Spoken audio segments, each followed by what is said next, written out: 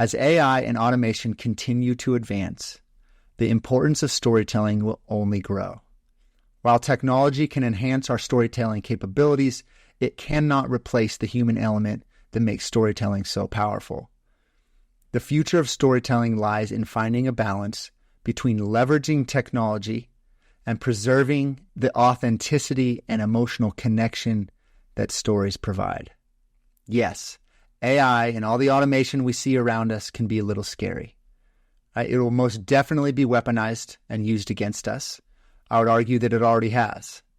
In a world where that is our reality, whether we like it or not, sharing stories with openness, honesty, and transparency and vulnerability is essential.